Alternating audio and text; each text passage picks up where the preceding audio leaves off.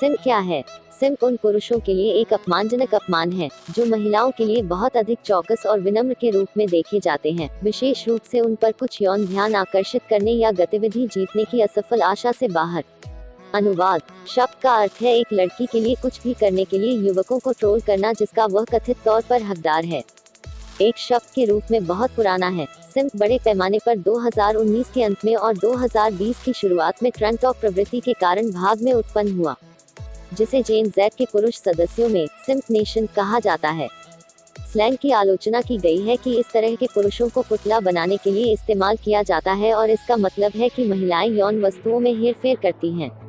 हालांकि यह शब्द किसी को पसंद करने के कुछ सामान्य ज्ञान को भी विकसित कर रहा है, जो कि स्लैंग स्टैंड के समान है।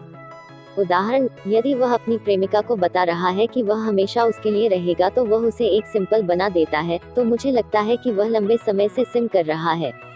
कहां से सिम आता है?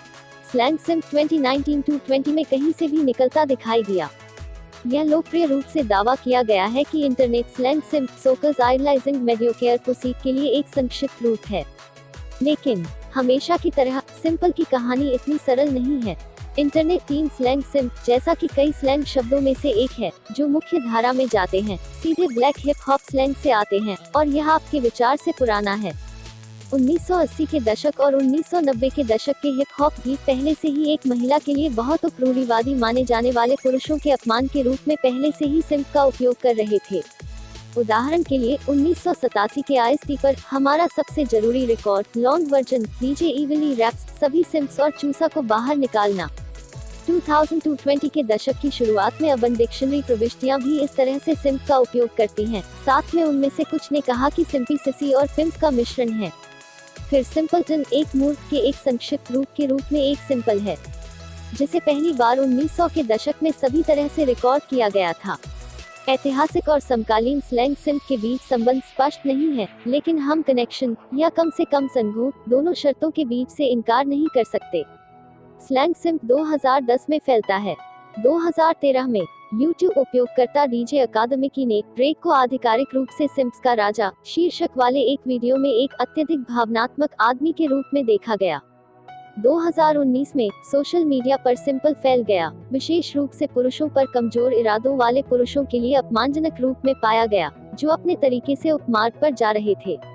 दिसंबर 2019 से शुरू होने पर सिम्प ने अधिक मुख्यधारा का ध्यान आकर्षित किया, जबकि टिकटॉक उपयोगकर्ता @पोयो बोई ने एक वायरल टिकटॉक ट्रेंड बनाया जिसे सिम्प नेशन कहा गया।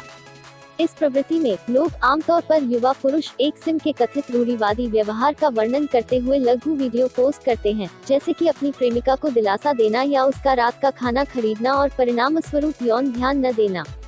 चमकदार चिन्स के पोलो वॉइस ऑफ पोयो पेज सिम्प से मरे यार रॉकस्टार अमेटेटे मार्च 2020 में एक और क्षण जिसने मुख्य धारा का ध्यान आकर्षित किया, जब कई युवा पुरुषों ने कहा कि वे थे या उन पर आरोप लगाया गया था एक बनी सैंडर्स अभियान टीम में टिकटॉक उपयोगकर्ता निकोलियो से एक बड़े पैमाने पर वायरल वीडियो के जवाब में एक सिम्पिंग की तरह काम कर रहे थे।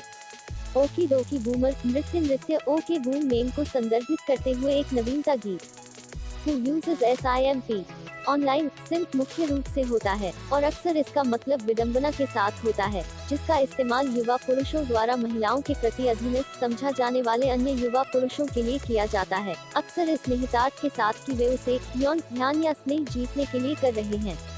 किसी को रात के खाने के लिए भुगतान करने या लड़की को बधाई देने के रूप में कुछ के लिए एक सिम्प कहा जा सकता है।